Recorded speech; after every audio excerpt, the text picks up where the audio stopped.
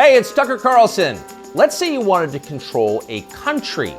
How would you start? Well, you'd want to make sure you had the complete obedience of everybody inside your borders who was authorized to use deadly force. You would start with the military, and then federal law enforcement, and move your way down ultimately to agencies like the IRS. Controlling the guns would be a top priority for you if you ever wanted to go dictatorial, if you wanted to be baby doc. But let's say you had deeper ambitions. Let's say you wanted the power not simply to control people's behavior, but to control how they think, not just their bodies, but their minds, as a god would. In that case, you need to take charge of the society's taboos. A taboo is something that by popular consensus is not allowed. A taboo may not be illegal, but it doesn't need to be. Over time, social prohibitions are more powerful and more enduring than laws. Societies are defined by what they will not permit, as are famously religions. Muslims don't eat pork, neither do Orthodox Jews. Traditional Christians oppose extramarital sex. The Amish avoid electricity, and so on. American society isn't overtly religious, but it's governed by taboos, and it always has been. What's interesting is how fast our taboos are changing. This is not happening organically. What we're allowed to dislike is being dictated to us from above, sometimes by force. Until fairly recently, for example, it was taboo in this country to attack people on the basis of their race. That was the main lesson of the Second World War, we were told again and again. The one thing we learned from the Nazis is that it's dangerous to reduce human beings to their genetic code. There is no master race. That made sense, but apparently we no longer believe it.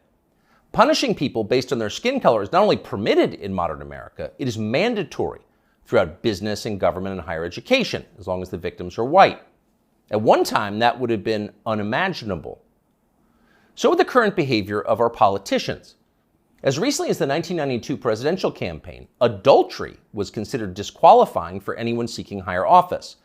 Bill Clinton was very nearly derailed in the New Hampshire primary by his affair with Jennifer Flowers.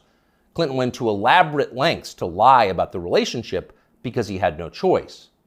But he was the last presidential candidate who had to meet this standard. By 2008, it was obvious to anybody who was paying attention that Barack Obama had a strange and highly creepy personal life.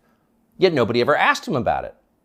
By that point, a leader's behavior within his own marriage, the core relationship of his life, had been declared irrelevant. It was Barack Obama's business, not yours. One by one, with increasing speed, our old taboos have been struck down. Those that remain have lost their moral force. Stealing, flaunting your wealth, striking women, smoking marijuana on the street, shameless public hypocrisy, taking other people's money for not working. All of these things used to be considered unacceptable in America, not anymore. So it probably shouldn't surprise us that the greatest taboo of all is teetering on the edge of acceptability: child molestation.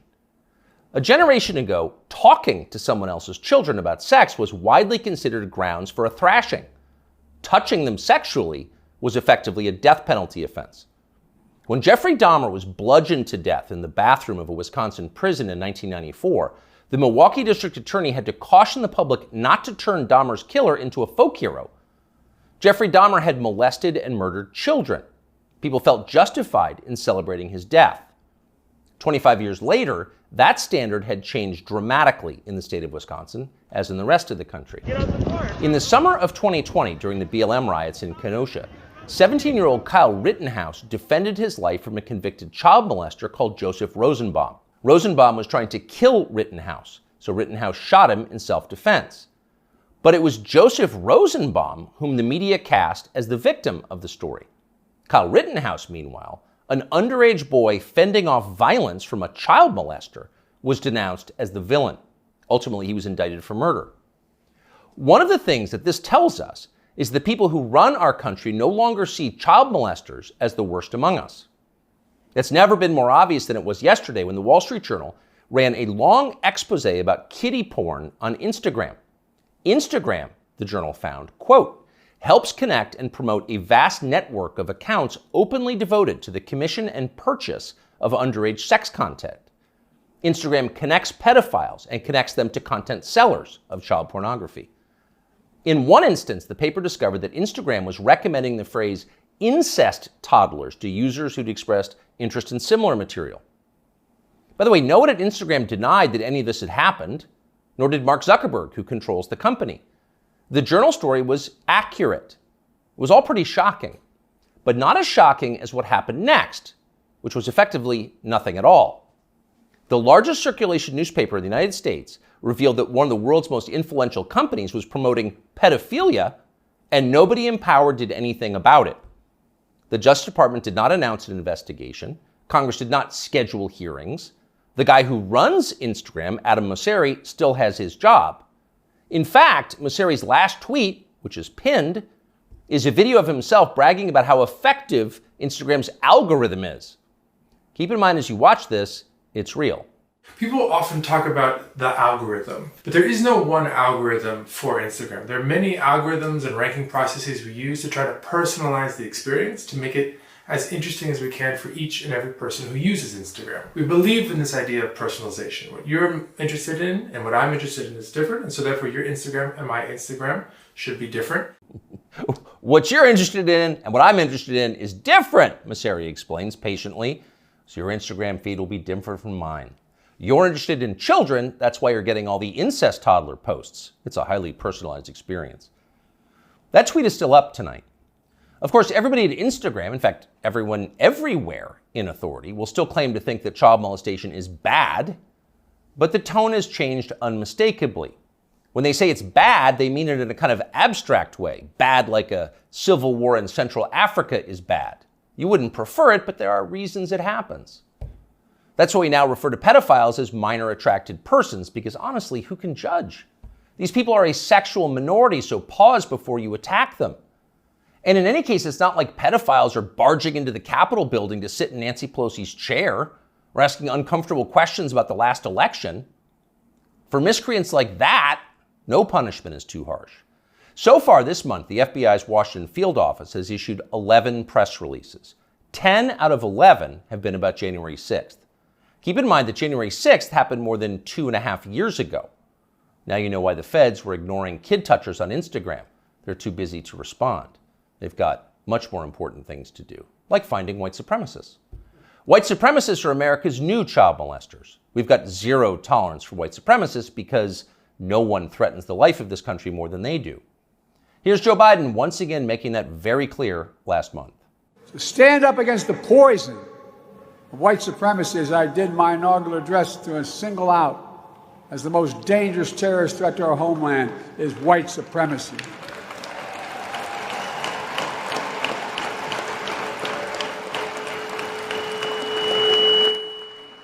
And I'm not saying this because I'm at a black HBCU. I say it wherever I go. Pardon the feedback, but you heard the point. White supremacy is the most dangerous threat to the American homeland. Joe Biden just told us that. It's more dangerous than the threat of nuclear war with Russia. It's more dangerous than the threat of the Mexican drug cartels, who've already killed hundreds of thousands of Americans and are now in control of swaths of our southwestern states. White supremacy is that bad, Joe Biden says. In fact, it's worse. But what is it? That's the question. Can anyone in authority actually define white supremacy? What is it? Is white supremacy liking white people too much? If so, that's going to put those of us with white children in a pretty tough spot. Or is white supremacy something much more obviously bad, like trying to expel all non-whites from America and creating some kind of ethno-state? If that's Joe Biden's definition, what exactly is the scope of this threat? How many people are currently working on this American white ethno-state project? And what are the chances they're going to pull it off? Our guess is not very many and precisely zero. But we can't say for sure because no one has showed us the numbers. These are not rhetorical questions.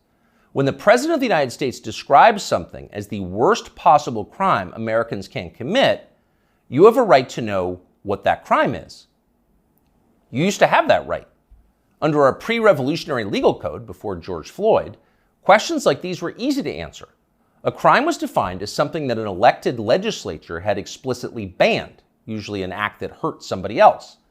In America, crimes were described precisely with words in English and then preserved in books, which you could read yourself.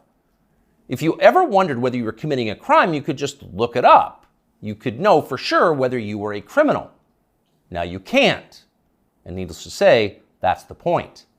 The point of the exercise is to keep you off balance, to keep you afraid. When no one's willing to define the offense, you can't be sure whether or not you're committing it. You could be accused at any time and everything you have taken from you. You live in fear. Remember this guy? Emmanuel Cafferty was driving near a Black Lives Matter protest in Poway in his SDG&E truck when he says he noticed somebody following him and trying to get his attention. Later, that person posted a picture of him making what some believed is a white supremacy symbol on Twitter. Cafferty says he had no idea about any white power symbols and was just cracking his knuckles outside his window when the picture was taken of him. Later that day, he says he was notified by SDG&E that he would be suspended pending an investigation, and a few days later, he was fired. What that man did was so offensive, as you just saw, that local news had to blur the photograph of his hand. He was fired from his job. His life was destroyed for cracking his knuckles. He didn't know cracking his knuckles was racist in his defense, but then nobody did until the day that poor Emmanuel Cafferty was unwise enough to crack them. When a crime has no definition, anyone can be guilty of it. It's hard to relax in a country like that. The old system was better. Government operated on the basis of laws, not amorphous moral terror. Politicians couldn't accuse you of something they couldn't define. The legal code was straightforward. Child molestation was a crime. Having unfashionable opinions was not. Outside of the public sphere, the population mostly governed itself, as it does in every society, and used taboos to do it. You knew what was allowed and what wasn't because the rules didn't change very often. The taboos were organic. They derived from collective experience and instinct, the two most reliable guides to life. They evolved for a reason. They still do. Our job at this point is to protect them, despite the hectoring, the nonstop hectoring from the people in charge. You know the outlines of right and wrong. You were born knowing them. So don't let them talk you out of what you can smell. Don't let them rationalize away your intuitive moral sense. Cling to your taboos like your life depends on them, because it does. Cherish and protect them like family heirlooms. That's exactly what they are. You often hear people say the news is full of lies. Kennedy's motorcade. 239 people. The death of Jeffrey Epstein.